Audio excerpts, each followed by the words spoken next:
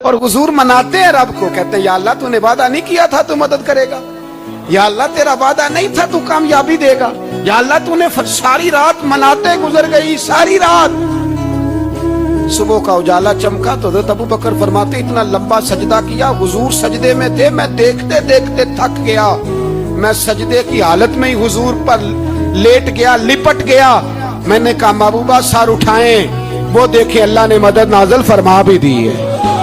اٹھائیے سر.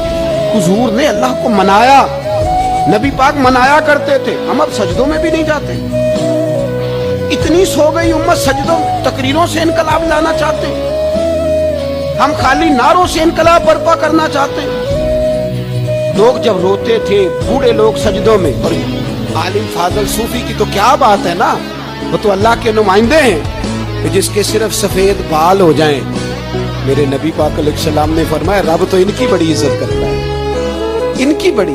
اور میرے نبی پاک نے فرمایا گناہگار مومن بھی جب دعا کے لیے ہاتھ اٹھاتا ہے تو اللہ فرماتا ہے فرشتوں اسے خالی نہ لوٹانا, مجھے شرم آتی ہے.